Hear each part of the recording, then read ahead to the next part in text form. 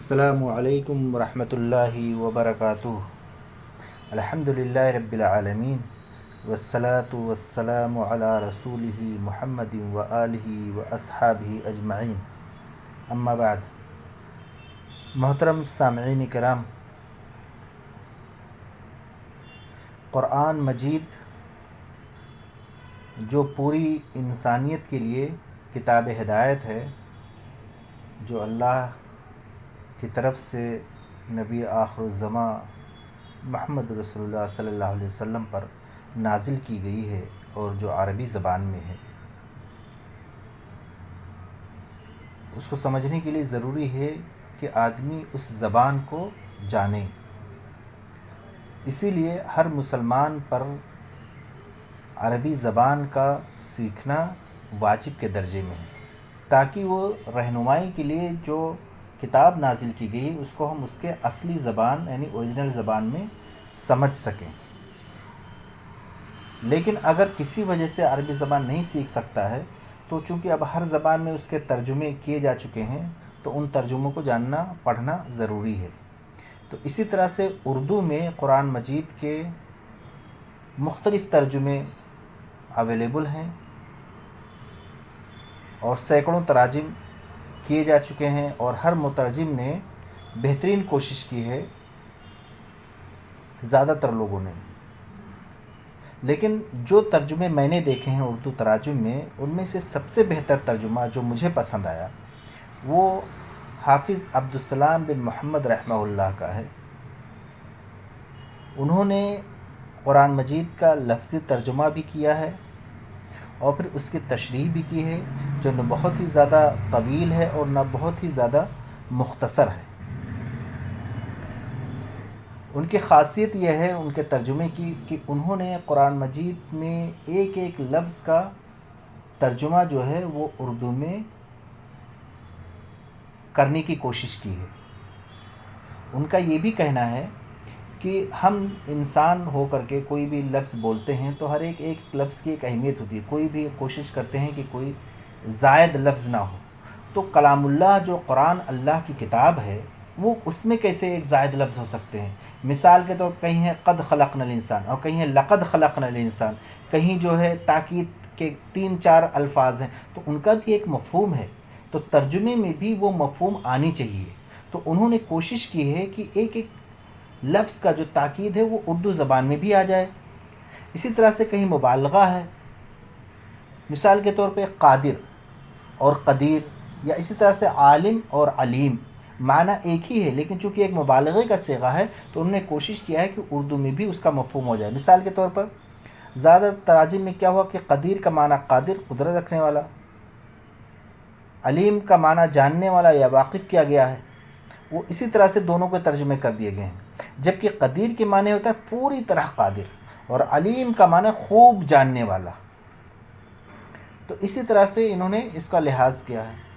دوسری بات ہے حرف تاکید، جیسے سورہ یاسین میں انا الیکم مرسلون، اور دوسری جگہ ہے انا الیکم لمرسلون، تو لام کا اضافہ ہے، لیکن زیادہ تر مترجمین نے دونوں کا ایک ہی ترجمہ کر دیا ہے کہ بے شک ہم تمہاری جانب بھیجے گئے ہیں، لیکن اس ترجمے میں دونوں کا لحاظ رکھا گیا ہے۔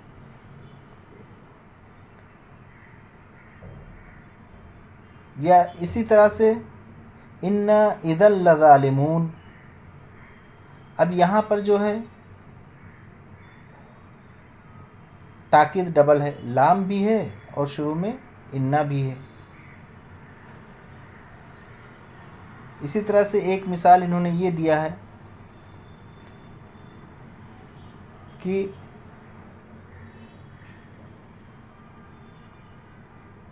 تخصیص کا مفہوم، مفعول مطلق، تنوین اور بہت ساری چیزیں ہیں جس کا انہوں نے لحاظ کیا ہے۔ اب جیسے انا اذا لظالمون، جو یوسف علیہ السلام کے قول کا ترجمہ، یقیناً تو ہم اس وقت ظالم ہوں گے، تاکید کے لیے تو کا استعمال یہاں کیا گیا، یقیناً ہم تو اس وقت ظالم ہوں گے۔ تو یہ تاکید اردو ترجمے میں بھی آ گیا۔ اسی طرح سے تنوین کا، جیسے فی قلوبہم مرض، ان کے دلوں میں ایک بیماری ہے. وَإِنْ خِفْتُمْ عَيْلَةً فَسَوْفَ يُغْنِيكُمُ اللَّهُ مِنْ فَضْلِهِ، اور اگر تم کسی قسم کے فقر سے ڈرتے ہو. اب عیلتاً تنوین ہے تو کسی قسم، اس میں لحاظ کیا گیا.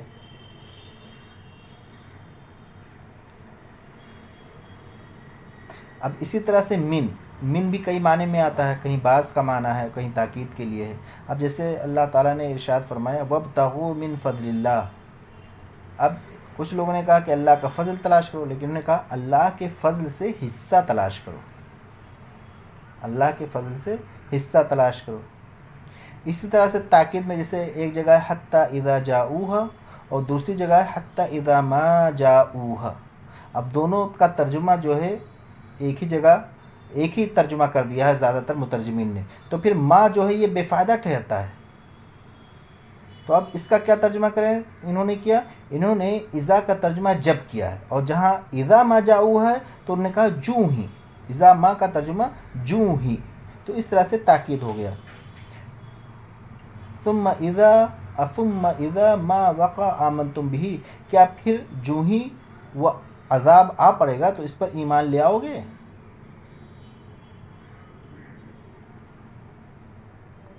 اسی طرح سے ولما، ایک جگہ ہے ولما جاءت رسولنا لوطا، اور دوسری جگہ ہے ولما ان جاءت رسولنا لوطا. اب اس آیت کا ترجمہ جو ہے، دونوں آیت کا ترجمہ ایک ہی جگہ کر دیا، جب ہمارے بھیجے ہوئے لوط کے پاس آئے. اب انہوں نے اس ترجمے میں کیا کیا ہے، اور جیسے ہی ولما ان، پہلے تو کیا کہ جب ہمارے بھیجے ہوئے لوط کے پاس، لیکن جہاں پر ہے ولما ان جاءت رسولنا لوطا تو اس کا ترجمہ کیا، چونکہ یہاں پہ ان بھی لگا ہوا ہے، اور تو اردو میں یہ ترجمہ کیا گیا اور جیسے ہی ہمارے بھیجے ہوئے لوط کے پاس آئے.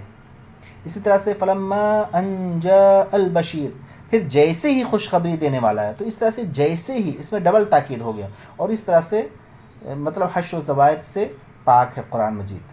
تو ایک ایک لفظ کی ویلو ہے، اور اس ویلو کو انہوں نے خیال رکھا ہے کہ اردو ترجمے میں آ جائے.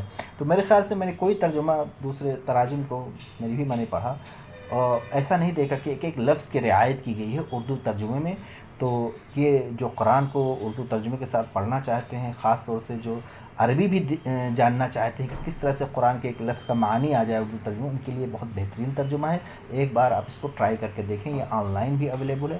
حافظ عبدالسلام بن محمد رحمۃ اللہ، اس کا جو ہے ڈسکرپشن میں اس کا لنک بھی دے دیتے ہیں جہاں سے آپ ڈاؤن لوڈ کر سکتے ہیں. جزاک اللہ خیر.